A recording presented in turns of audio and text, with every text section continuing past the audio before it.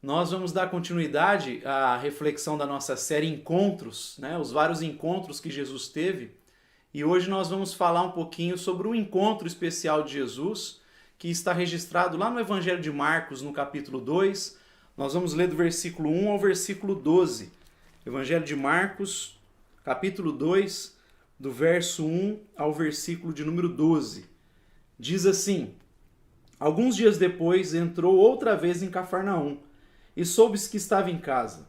Logo se ajuntaram tantos que nem ainda nos lugares junto à porta cabiam, e anunciava-lhes a palavra. Vieram ter com ele, conduzindo um paralítico trazido por 4 homens. E não podendo aproximar-se dele por causa da multidão, descobriram o telhado onde estava, e fazendo um buraco, baixaram o leito em que jazia o doente. Jesus, vendo a fé deles, disse ao paralítico: Filho, perdoados estão os teus pecados. Estavam ali assentados alguns dos escribas que arrazoavam em seus corações. Por que profere este assim blasfêmias? Quem pode perdoar pecados senão Deus? Jesus, conhecendo logo em seu espírito que assim arrazoavam, entre si lhes disse: Por que arrazoais sobre essas coisas em vossos corações? Qual é mais fácil dizer ao paralítico: Estão perdoados os teus pecados? Ou dizer-lhe: Levanta-te, toma o teu leito e anda? Ora, para que saibais que o Filho do Homem tem na terra poder para perdoar pecados, disse ao paralítico: A ti te digo, levanta-te, toma o teu leito e vai para a tua casa. Ele se levantou e, tomando logo o leito, saiu na presença de todos, de sorte que todos se admiraram e glorificaram a Deus, dizendo: Nunca vimos tal coisa. Pai, nós pedimos que tu venhas ministrar nas nossas vidas através da tua palavra e que ao longo dessa reflexão venha nos direcionar, para que saiamos com as verdades dela bem assimiladas no nosso coração. É o que nós te pedimos para o teu louvor e para a tua glória. Amém. O pastor já falecido, Eugene Peterson, ele narra um episódio da sua vida onde se deu o desligamento dele de uma denominação da qual ele pastoreou durante muitas décadas, muitos anos. E ele conta que não só a comunidade local dele, ligada a essa denominação, mas cada pastor e cada comunidade recebia 2 relatórios. Um dos relatórios eles falavam sobre o crescimento numérico da igreja, as entradas de ofertas, as entradas financeiras, aquilo que a igreja recolhia. E no outro relatório, ele era ligado à vida espiritual, à saúde espiritual do pastor, da congregação. Então, em um ele relatava a vida, a saúde espiritual da igreja, a sua própria vida particular, a vida do pastor. E no outro, os relatórios se dava mais no aspecto institucional, né? Os números da igreja, de pessoas e aquilo que entrava no quesito financeiro. E aí ele vai dizer que começou a desconfiar, com o passar do tempo, que ele preenchia os relatórios, que os líderes daquela denominação não liam o relatório que falava da sua vida com Deus, da saúde da igreja. Ele começou a desconfiar que o que se levava em conta era o relatório institucional do crescimento, das finanças.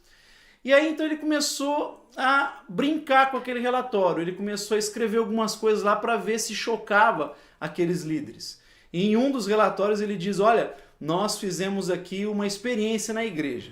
Então, ao invés de nós servirmos a ceia com vinho, a gente preferiu servir um chá alucinótico. E aí a gente está experimentando isso, vamos ver o que vai acontecer. E aí ele não obteve resposta nenhuma. E aí, posteriormente, ele fez um outro relatório dizendo: olha, agora a gente está fazendo uma experiência entre os casais da igreja, a gente está promovendo uma troca de casais para ver como que nós vamos lidar com a situação.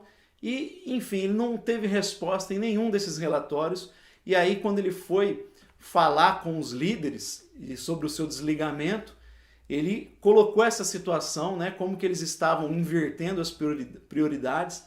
E ainda houve da boca dos líderes, né, uma mentira dizendo que eles tinham lido o relatório, e ele disse: vocês não leram o relatório, porque eu escrevi isso, e foi relatando tudo que ele escreveu. E aí aqueles líderes ficaram com os olhos arregalados, espantados com aquilo que ouviram.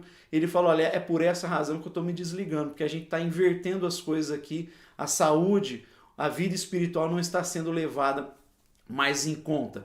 Porque o que de fato é precioso e que tem valor é essa parte essencial, é a saúde da comunidade da fé. é a vida da igreja, é o nosso crescimento em Deus, nosso crescimento espiritual, a nossa maturidade enquanto corpo de Cristo. E isso envolve esse companheirismo, essa consciência comunitária. E é exatamente essa ideia de companheirismo que eu gostaria de ressaltar aqui nessa noite na nossa reflexão. O valor da amizade. Porque nesse texto que nós acabamos de ler de Marcos, está embutido dentro daquilo que trouxe o cativo de Jesus, aquilo que cativou Jesus, aquilo que provocou, por que não, a sua admiração. O texto diz que Jesus, vendo a fé daqueles homens, embutido naquela fé está o companheirismo, a amizade, e isso cativa o coração de Jesus. O verbo grego aqui, que ele viu a fé daqueles homens, a expressão é diferente de outras expressões quando se fala de ver, de enxergar. A expressão horaó, que é usado aqui, é diferente de blepo, que é uma visão ocasional. É diferente de eido, que é uma visão mecânica das coisas. O verbo usado aqui, ele implica em um exame profundo, uma inspeção séria, um discernimento profundo. É Jesus sendo um espectador e percebendo toda aquela trama que estava acontecendo, analisando aquela trama. É dessa forma atenta, esse discernimento, que Marcos emprega, essa palavra que ele emprega para dizer que Jesus percebeu aquilo e aquilo encantou o seu coração, cativou o seu coração. Porque a amizade é algo precioso, a amizade é algo que deve ser uma marca na nossa caminhada, especialmente enquanto igreja. O C.S. Lewis, ele vai dizer no livro Quatro Amores a diferença dos tipos de amores, e ele faz uma diferença entre o eros, em certo momento, e o amor filéu. O amor eros, que é da onde vem a expressão erótico, é o amor onde um olha para o outro. O homem olha para sua mulher, eles estão um olhando para o outro. No entanto, o amor filéu, fraternal, da amizade, não se está olhando um para o outro, mas eles estão olhando para o mesmo lugar. Eles têm o mesmo horizonte, eles estão olhando para a mesma direção, têm o mesmo alvo. E a amizade, o mesmo Lewis vai dizer, que ela começa com a frase, olha, você pensa assim, eu pensei que só eu que pensava desse jeito, eu pensava que isso aí era uma coisa minha. E é dessa forma, com algo em comum, que nascem as amizades. Desde as coisas mais triviais como alvo, como colecionar discos antigos, gostos de música, até as coisas mais relevantes. E então, já colocando aqui numa primeira lição desse encontro de Jesus e focado no valor da amizade, eu queria destacar que se a amizade é termos algo em comum, é olharmos lado a lado para o mesmo horizonte, para o mesmo propósito, não existe amizade maior do que aquela que nos aproxima de Cristo Jesus. Não há amizade maior do que aquela que nos aproxima, do que aquela que nos empurra para perto de Cristo Jesus. E o texto começa falando sobre isso. Desses 4 homens conduzindo o seu amigo até Jesus. Não contentes em ficar lá atrás da multidão, não contentes apenas de ouvir de longe o que estava, de ver de longe, mas eles querem levar aquele homem, aquele paralítico, para junto de Cristo Jesus. Não há amizade mais preciosa do que essa, do que aquela que nos projeta para perto, para estarmos juntos do nosso Senhor, do nosso Mestre. A vida cristã envolve isso.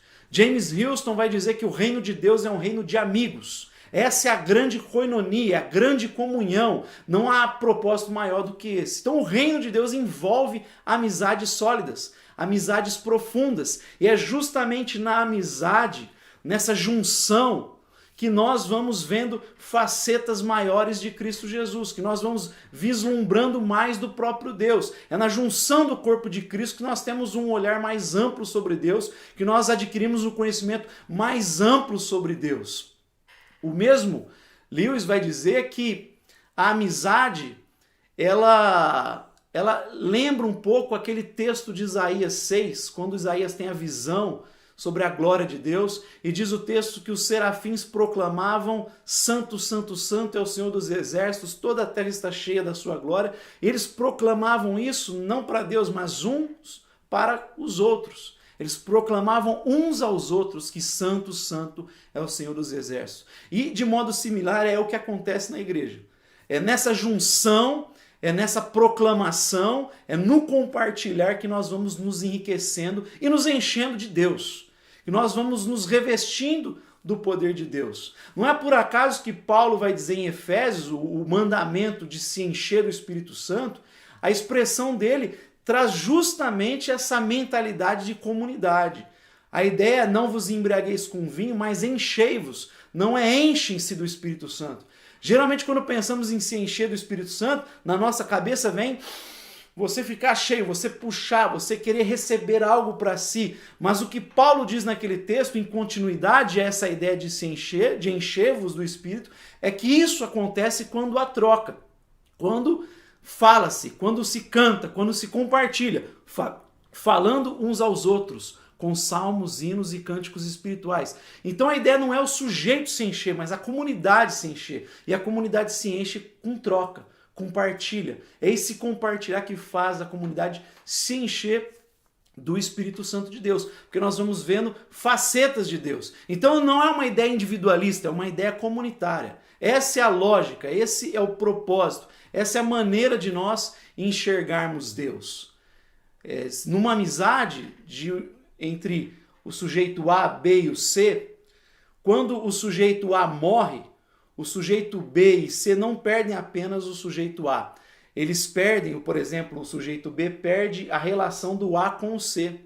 E o sujeito C perde a relação do A com o B. Sabe aquela coisa de amigo que a gente ri com troca de olhares, a gente consegue se comunicar com os olhos e essas histórias morrem junto.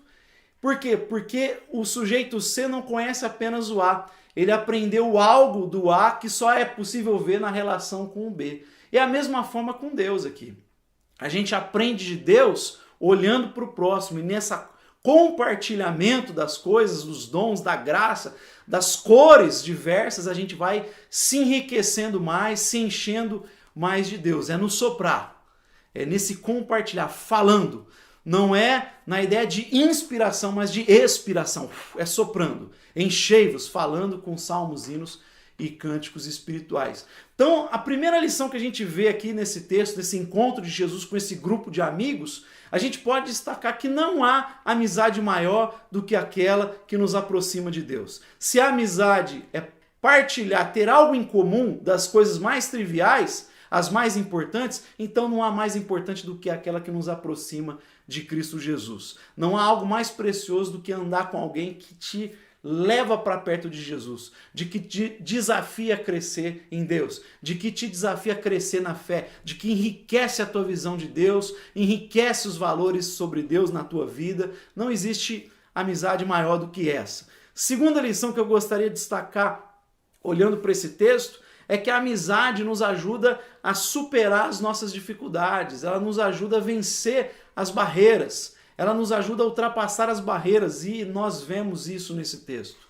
Eles estão conduzindo aquele homem para Jesus, mas eles se deparam com um obstáculo, eles se deparam com uma barreira, se deparam com uma dificuldade.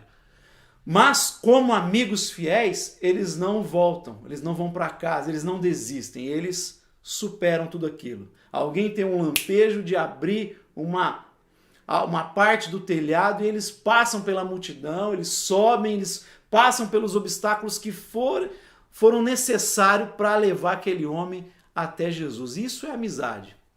É fazer aquilo que está ao nosso alcance para ajudar. É ajudar os nossos queridos a crescerem, a superarem as suas dificuldades, a vencerem as suas limitações. A amizade ajuda a gente na hora da dificuldade. Provérbios 17, versículo 17 vai dizer: em todo tempo ama um amigo e na angústia nasce o irmão. Na hora da dificuldade, aquele amigo se faz um irmão, se faz um com você, se faz do mesmo sangue, se mostra fiel. É na hora da dificuldade que a gente vê isso. Há um ditado na sociedade que diz que amigo é igual parafuso, a gente sabe se presta na hora do aperto, na hora da dificuldade que a gente vê se há autenticidade. E a amizade é isso, é nos ajudar, é nos levar, é carregar as cargas uns dos outros, como Paulo diz aos Gálatas. Carreguem as cargas uns dos outros. Ora, há fardos que cada um de nós carrega. Jesus diz que nós temos que tomar a nossa cruz dia após dia. Mas há cargas que a gente compartilha, a gente precisa do apoio, desse cuidado mútuo. É o que a gente vê na igreja primitiva, em Atos 2, do versículo 44, 45, em Atos capítulo 4, do 32 até o verso 37, onde diz que meramente um coração, havia uma afinidade, um propósito, uma comunhão tão grande, havia algo em comum que era tão profundo que fazia com que aqueles irmãos abnegassem daquilo que tinham, vendiam, para poder distribuir, para poder partilhar, para que todo mundo tivesse acesso a uma vida digna. Isso é consciência. Na hora do aperto, da dificuldade, eles deram de si, doaram o que tinham, entregaram o que tinham para ver aquela comunidade cheia de Deus, tendo dignidade. A gente vai ver Paulo falando de consolar na hora da luta dele, a própria luta de Paulo, um gigante na fé, numa situação em que ele se encontra abatido, onde muitos o haviam abandonado, muitos haviam negado a fé. Depois de tanto esforço de Paulo, ele vai dizer lá no finalzinho da vida dele, na última carta, 2 Timóteo, ele vai dizer: Timóteo, vem me ver depressa.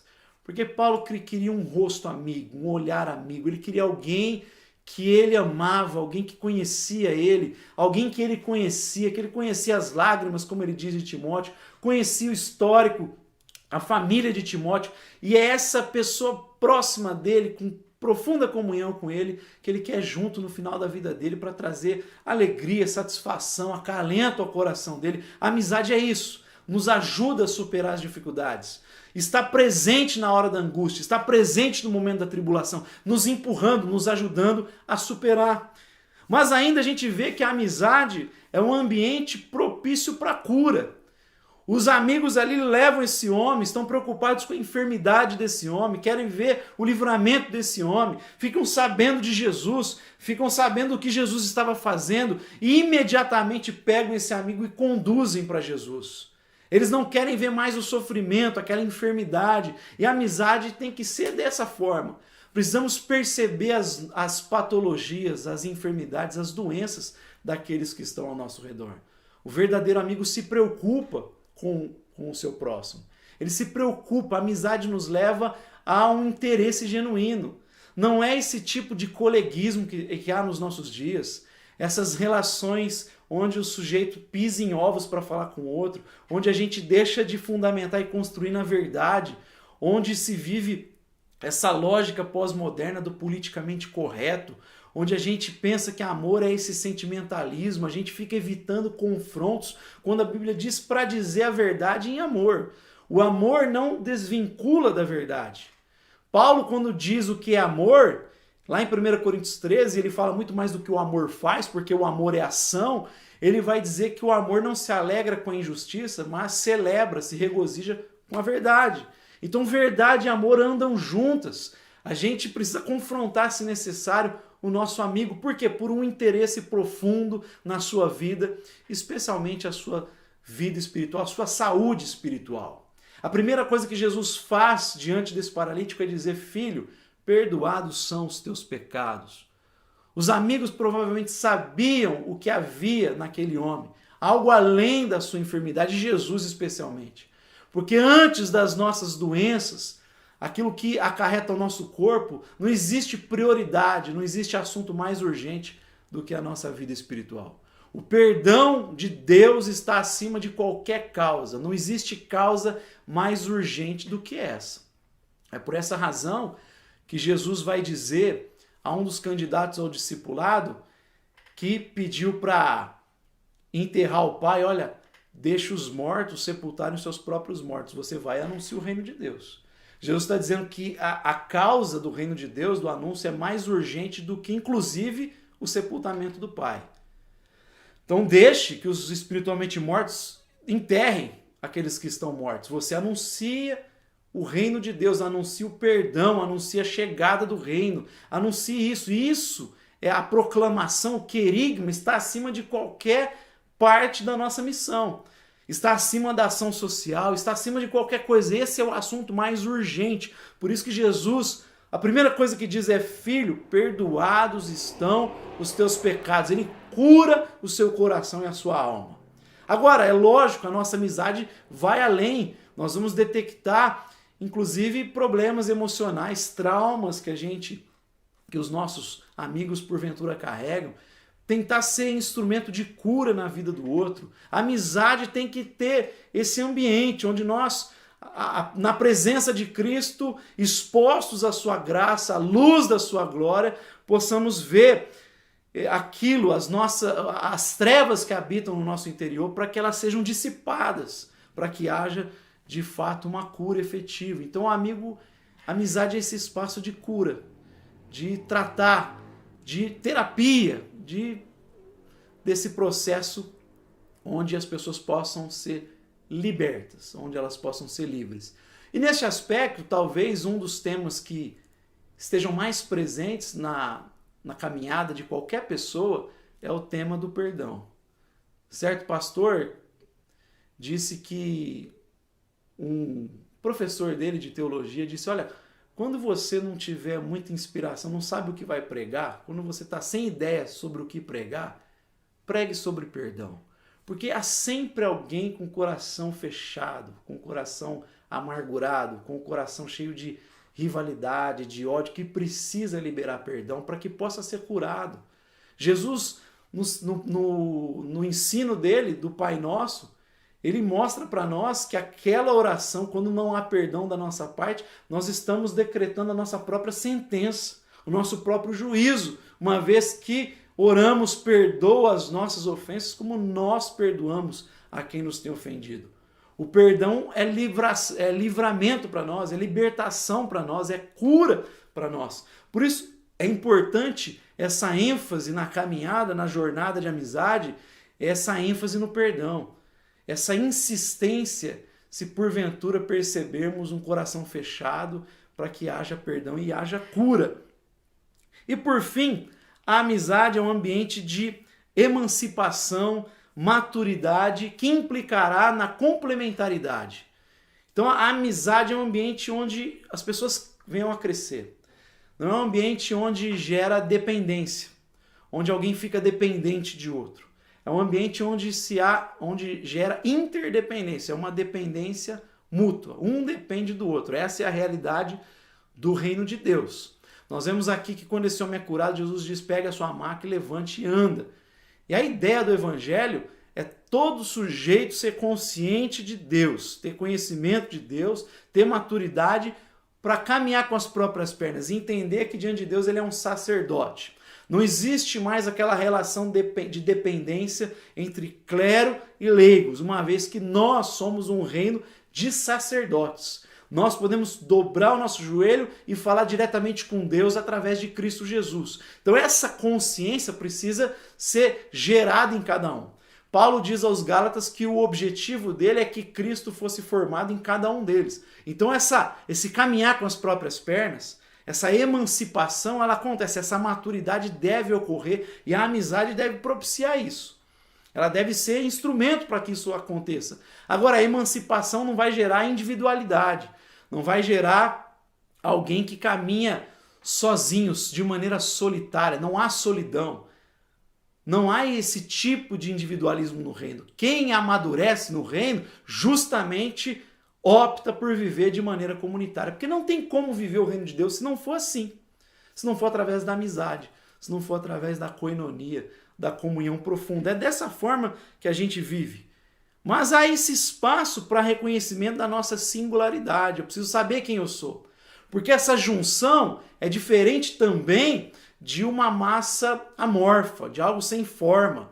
Então não é nem andar para o individualismo e nem cair num coletivismo, uma massa amorfa. É onde cada um reconhece a sua singularidade e manifesta graça para o outro.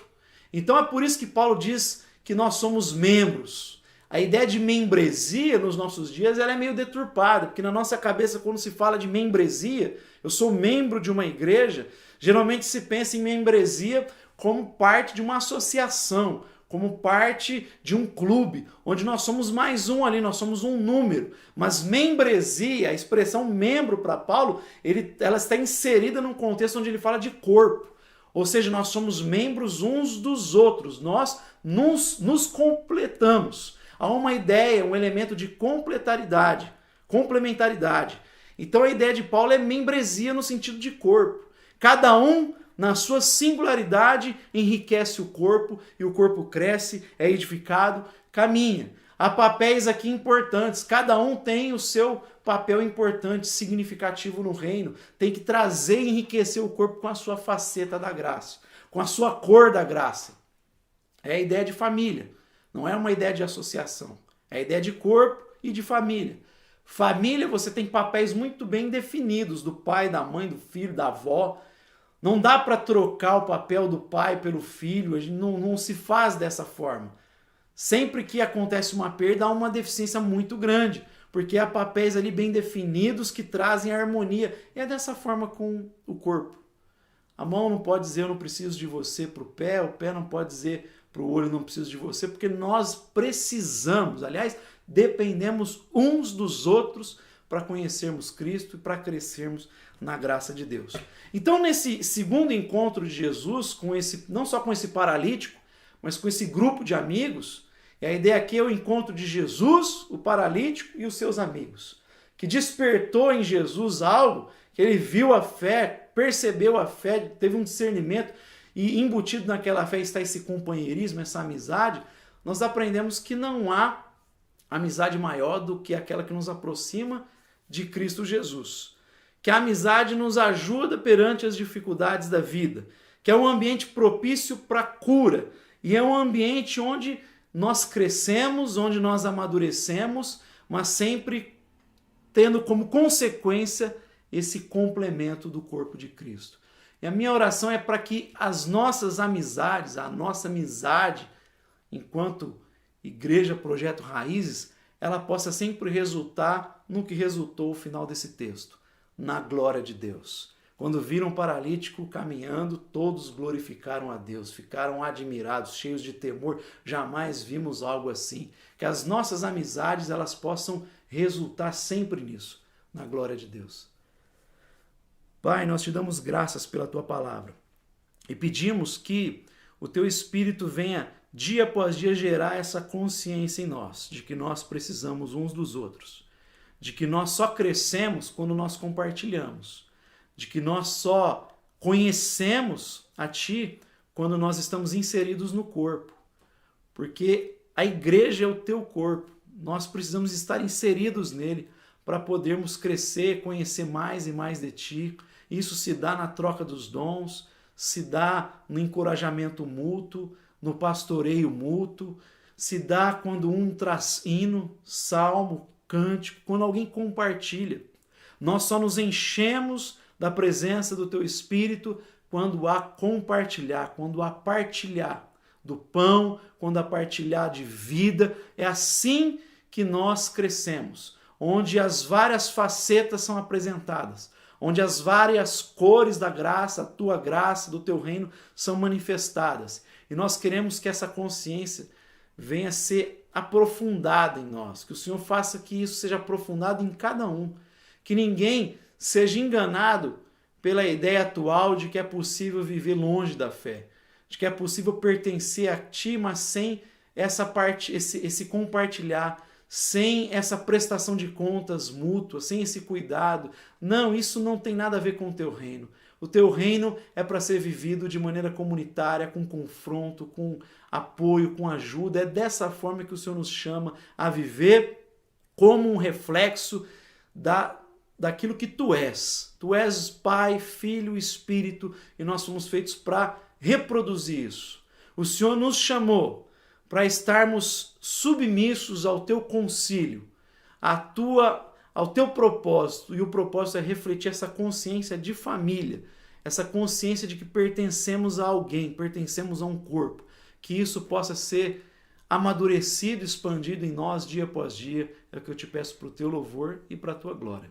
Amém. Amém, meus irmãos? Que a graça de Cristo Jesus, o amor de Deus e a comunhão do Espírito Santo seja abundante sobre a vida de cada um de vocês.